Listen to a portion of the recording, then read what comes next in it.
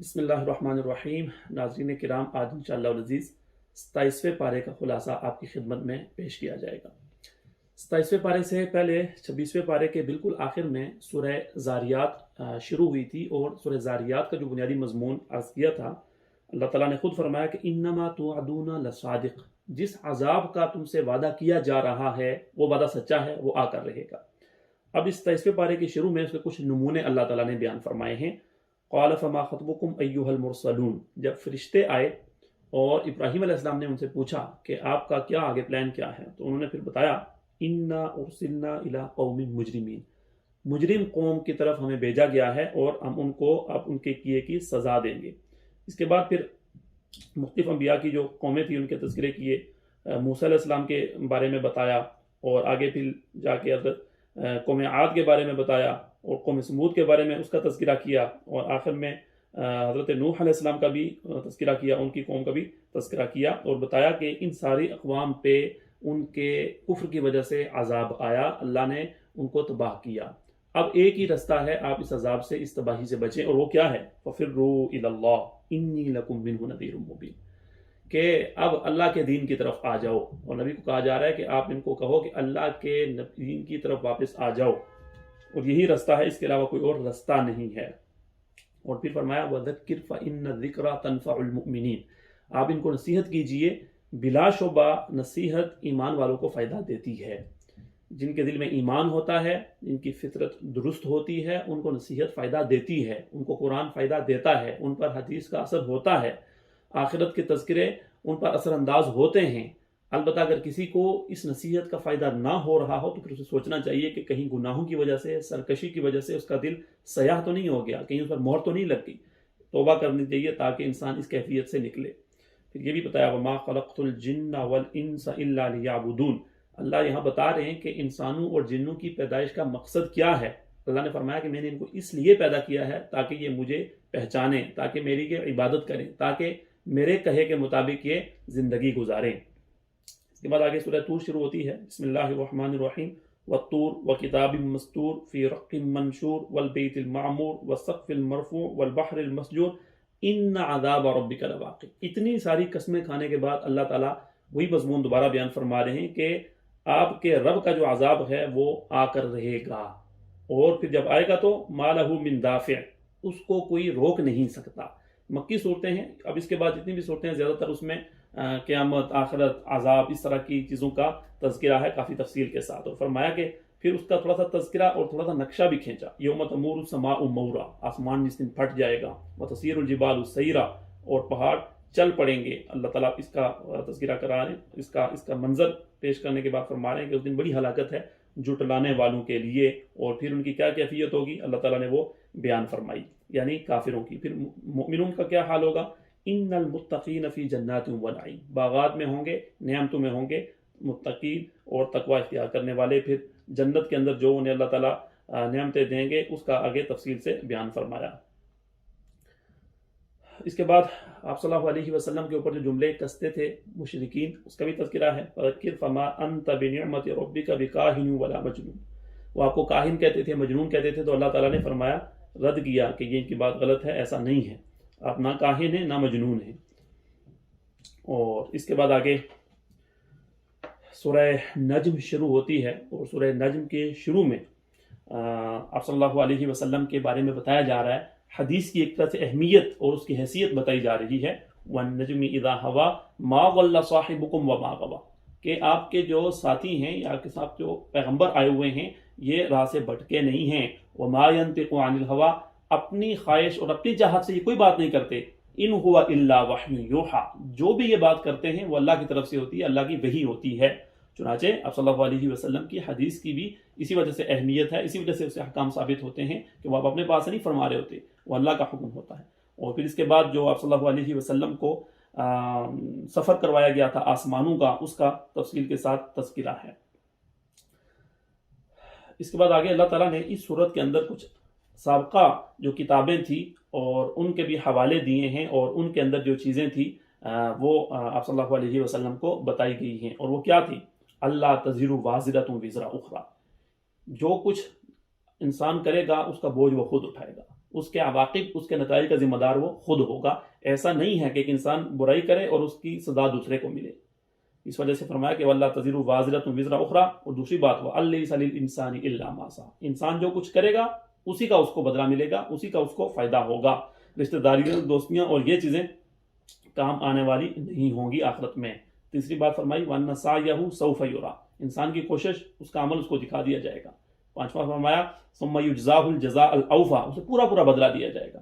اور پھر فرمایا وَأَنَّ إِلَىٰ رَبِّكَ الْمُنْتَهَىٰ. اپنے رب کی طرف ہی لوٹنا ہوگا. وَأَنَّهُ هُوَ أَضْحَكَ وَأَبْكَىٰ. وہی ہنساتا ہے اور وہی رلاتا ہے. وَأَنَّهُ هُوَ أَمَاتَ وَأَحْيَا. وہی موت دیتا ہے، وہی زندگی دیتا ہے. وَأَنَّهُ خَلَقَ الزَّوْجَيْنِ الذَّكَرَ وَالْأُنثَىٰ. اسی نے مرد اور انسان کو پیدا کیا. کس سے؟ من نطفة اذا تمنى. ایک نطفے سے انسان کو اللہ نے پیدا کیا. وَأَنَّ عَلَيْهِ النَّشْأَةَ الْأُخْرَىٰ وَأَنَّهُ هُوَ أَغْنَىٰ وَأَقْنَىٰ. وہی غنی کرتا ہے، وہی فقر دیتا ہے. وَأَنَّهُ هُوَ رَبُّ الشِّعْرَىٰ وَأَنَّهُ أَهْلَكَ عَادًا الْأُولَىٰ. ان اقوام کے آگے اللہ نے تذکرے کیے. قوم عاد کو اس نے ہلاک کیا، قوم سمود کو اس نے ہلاک کیا، اور پھر قوم نوح کا بھی تذکرہ کیا. تو اللہ تعالیٰ ان کے تذکرے فرما رہے ہیں، اور پھر آخر میں انسان کو جا کے حکم دیا ہے کہ اللہ کے سامنے جھک جائے، اللہ کے سامنے سجدہ ریز ہو جائے. اس کے بعد آگے سورہ قمر ہے، اور سورہ قمر شروع ہوتی ہے، کیونکہ اس سے پہلے اللہ نے تذکرے کیے قوموں کے، اور پھر مسلمانوں کو کہا کہ اللہ کے سامنے جھک جاؤ، سجدہ ریز ہو جاؤ. کیوں؟ اس لیے کہ بسم اللہ الرحمن الرحیم اقتربت الساعۃ وانشق القمر.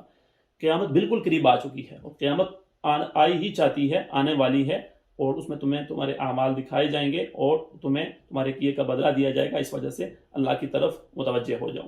اس کے بعد آگے اللہ تعالیٰ نے مختلف انبیاء کے تذکرے کیے، اور اختصار کے ساتھ. سب سے پہلے قوم نوح کا اللہ نے تذکرہ کیا، کس طرح سے اس نے اپنے نبی کی بات کو جب جھٹلایا تو پھر کیا ہوا کہ وہ سارے غرق ہو گئے. اس کے بعد آگے اللہ تعالیٰ نے قوم عاد کا تذکرہ کیا کہ اس نے بھی یہی روش اختیار کی، اس کو بھی عذاب ملا. قوم ثمود کا اختصار کے ساتھ اللہ نے تذکرہ کیا. آگے قوم لوط کا بھی اللہ نے بیان فرمایا، اور پھر حضرت موسیٰ علیہ السلام کا بھی اللہ تعالیٰ نے تذکرہ کیا، اور آپ کی قوم کا بھی. اور ہر ایک کے تذکر کے بعد فرمایا کہ وَلَقَدْ يَسَّرْنَا الْقُرْآنَ لِلذِّكْرِ فَهَلْ مِن مُدَّكِرٍ. کہ ہم نے اس قرآن کو نصیحت کے لیے بڑا آسان کر دیا ہے. جو بھی اس قرآن کے اندر یہ پڑھے گا انبیاء کے تذکرے، ان کے اقوام کے تذکرے، ان کے احوال، تو وہ ضرور نصیحت حاصل کرے گا، اس میں اسے مشکل نہیں ہوگی. اس کے بعد آگے سورہ رحمان ہے. بسم اللہ الرحمن الرحیم الرحمن علم القرآن خلق الانسان. سورہ رحمان کا بنیادی جو مضمون ہے، اللہ نے اپنی نعمتیں بار بار گنوائی ہیں. دنیا کی نعمتیں، آخرت کی نعمتیں، جنت کی نعمت، حتیٰ کہ جہنم کا تذکرہ کر کے بھی اللہ نے اسے بھی نعمت کے طور پر گنوایا ہے کہ یہ بھی نعمت ہے کہ اس کا تمہیں پہلے سے بتایا جا رہا ہے تاکہ تم اس کے لیے پھر تیار ہو جاؤ، اس سے بچو. اور 31 مرتبہ اللہ تعالیٰ اپنی چیزیں، اپنی نعمتیں بیان کر کے فرماتے ہیں فَبِأَيِّ آلَاءِ رَبِّكُمَا تُكَذِّبَانِ. تم اپنے رب کی کون کون سی نعمت کو جھٹلاؤ گے. شروع میں اللہ تعالیٰ نے سب سے پہلے اپنی رحمت کا تذکرہ کیا، اللہ کی سب سے بڑی نعمت، اللہ تعالیٰ کی سب سے بڑی صفت. اور پھر علم القرآن، اللہ تعالیٰ نے قرآن کو بطور نعمت بتایا ہے کہ اللہ کی باقی کتابوں میں سب سے بڑی کتاب. پھر خلق الانسان، انسان کی پیدائش کی نعمت کا اللہ نے ذکر کیا، ساری مخلوقات میں سب سے افضل مخلوق. علمہ البیان، پھر انسان کو جو قوت گویائی اللہ نے دی اس کا تذکرہ فرمایا، باقی نعمتوں میں ایک بڑی نعمت. پھر الشمس والقمر بحسبان، اللہ تعالیٰ نے سورج، چاند، ستاروں، آسمان، زمین اور ان چیزوں کے تذکرے کیے. آگے اللہ تعالیٰ نے پھر جنت کے تذکرے کیے، اور 2 گروہوں کا تذکرہ کیا، ایمان والوں کا اور کافروں کا. اور پھر کافروں کو جو جہنم دی جائے گی، ایمان والوں کو جنت دی جائے گی. پھر جنت کے اللہ تعالیٰ نے تفصیل سے بیان فرمائی، اور ہر ایک کے بعد فرمایا کہ فَبِأَيِّ آلَاءِ رَبِّكُمَا تُكَذِّبَانِ. تم اپنے رب کی کون کون سی نعمت جھٹلاؤ گے. اللہ تعالیٰ کی بے تحاشا نعمتیں ہیں، تم اگر گننا چاہو تم کو گن نہیں سکتے. اس کے بعد آگے سورہ واقعہ شروع ہوتی ہے، اور سورہ واقعہ کے شروع میں اللہ تعالیٰ نے 3 گروہ کا تذکرہ کیا ہے، اصحاب المیمنہ اور اصحاب المشأمہ اور السابقون السابقون، جن کو المقربون بھی کہا ہے اللہ تعالیٰ نے، جن کا نامہ اعمال ان کے دائیں ہاتھ میں دیا جائے گا. اور دوسری صورتوں میں آتا ہے کہ جن کا نامہ اعمال ان کے دائیں ہاتھ میں دیا جائے گا وہ کامیاب ہوں گے، جن کا نامہ اعمال بائیں ہاتھ میں دیا جائے گا وہ ناکام ہوں گے. اور اولئک، آگے پھر فرمایا کہ والسابقون السابقون اولئک المقربون، جو آگے بڑھ کے اسلام کو قبول کرتے ہیں، آپ صلی اللہ علیہ وسلم کا دامن جنہوں نے تھاما تو وہ لوگ جنت میں ہوں گے. اور پھر اللہ تعالیٰ نے جنت کا تذکرہ کیا کہ وہ کیسی چیز ہے. اس کے ساتھ پھر جو جہنم میں جائیں گے اور جو جہنم والے ہیں اس کا بھی بتایا کہ وہ کتنی ہولناک چیز ہے. آگے اللہ تعالیٰ نے 4 سوالات قائم کیے ہیں، اور 4 سوالات اللہ تعالیٰ نے ایک طرح سے پوچھے ہیں. کون کون سے؟ نحن خلقناکم فلولا تصدقون افرأیتم ما تمنون اانتم تخلقونہ ام الخالقون. کہ اللہ تعالیٰ نے ایک نطفے سے انسان کو پیدا کیا. اللہ فرما رہے ہیں کہ وہ نطفہ جب میاں بیوی کے ملاپ سے ایک جگہ پہنچ جاتا ہے پھر انسان کو کون پیدا کرتا ہے؟ آپ پیدا کرتے ہیں یا اللہ تعالیٰ فرما رہے ہیں کہ میں پیدا کرتا ہوں؟ اسی طرح سے آگے فرمایا افرأیتم ما تحرثون اانتم تزرعونہ ام نحن الزارعون، جو کھیتی میں تم بیج ڈالتے ہو، اس کے بعد جو اس سے گندم اگتی ہے، تنا نکلتا ہے، پھل نکلتے ہیں، سبزیاں نکلتی ہیں، اس کو کون پیدا کرتا ہے، تم یا میں؟ پھر اس طرح فرمایا کہ افرأیتم الماء الذی تشربون اانتم انزلتموہ من المزر ام نحن المنزلون، جس پانی کو تم پیتے ہو اور جس سے اس دنیا کے اوپر ساری رونق ہے، اس پانی کو کون پیدا کرتا ہے، اس کو کون نازل کرتا ہے، تم یا میں؟ اور پھر فرمایا کہ افرأیتم النار التی تورون، جس آگ کو تم روشن کرتے ہو، جس سے روشنی حاصل کرتے ہو، جس کو تم سلگاتے ہو، اس آگ کو کون پیدا کرتا ہے، کون ہے اس کا پیدا کرنے والا، تم یا میں؟ اور پھر اسی سے جہنم کے بارے میں بھی بتایا گیا کہ آپ نے اسے بھی اپنے آپ کو محفوظ کرنا ہے، اور ان ساری چیزوں کے بارے میں پھر آگے اللہ تعالیٰ نے پھر دعوت دی کہ ایمان لاؤ اور نیک عمل کرو۔ اور اس کے بعد سورہ حدید شروع ہوتی ہے، اور سورہ حدید کے اندر بنیادی طور پر ایمان اور انفاق کا حکم ہے۔ سب سے پہلے اللہ تعالیٰ نے فرمایا کہ ساری کائنات کے اندر ساری چیزیں اللہ کی تسبیح بیان کرتی ہیں، آسمان و زمینوں کی بادشاہت اسی کے پاس ہے، وہی پیدا کرتا ہے، وہی موت دیتا ہے، وہی اول ہے، وہی آخر ہے، وہی ظاہر ہے، وہی باطن ہے۔ آسمان و زمین کو اس نے پیدا کیا، اور جو کچھ زمین کے اندر ہے اس کو وہ جانتا ہے، جو زمین سے نکلتا ہے اس کو جانتا ہے، جو آسمان پہ چڑھتا ہے وہ اللہ کے علم میں ہے، جو آسمان سے اترتا ہے وہ سب اللہ کے علم میں ہے۔ رات دن کو ایک دوسرے میں ڈالنا، یہ سب اللہ تعالیٰ کے کام ہیں۔ اور پھر فرمایا آمنوا باللہ ورسولہ وانفقوا مما جعلکم مستخلفین فیہ، اللہ اور اس کے رسول پر ایمان بھی لاؤ اور جو کچھ میں نے دیا ہے اسے خرچ بھی کرو۔ اور پھر فرمایا کہ وما لکم لا تؤمنون باللہ، کیا ہو گیا کہ تم اللہ پر ایمان نہیں لاتے؟ اور پھر آگے دوسرا وما لکم الا تنفقوا فی سبیل اللہ، تمہیں کیا ہو گیا ہے کہ تم اللہ کی راہ میں خرچ نہیں کرتے، حالانکہ یہ سب اللہ کا دیا ہوا ہے۔ اس کے بعد پھر آگے قیامت کا ایک تذکرہ کیا کہ کیا ہوگا، اس میں مومن ایک طرف ہوں گے اور کافر دوسری طرف ہوں گے۔ ایمان والوں کے بارے میں فرمایا کہ انہیں خوشخبری ہے، اور جو منافقین ہوں گے اس دن ایمان والوں کو کہیں گے، اس تاریکی میں، اس سخت دن میں کہیں گے کہ انظرونا نقتبس من نورکم، کہ ہم بھی آپ کے نور سے کچھ لینا چاہتے ہیں، آپ سے استفادہ کرنا چاہتے ہیں۔ ایمان والے کہیں گے قیل ارجعوا وراءکم فالتمسوا نورا، کہ چلے جاؤ، تمہارے لیے کوئی نور نہیں ہے، آج تو تمہیں آگ کا مزہ چکھنا پڑے گا۔ اور پھر وہ کہیں گے ینادونہم الم نکن معکم، منافقین ایمان والوں کو کہیں گے کہ کیا ہم تمہارے ساتھ نہیں تھے؟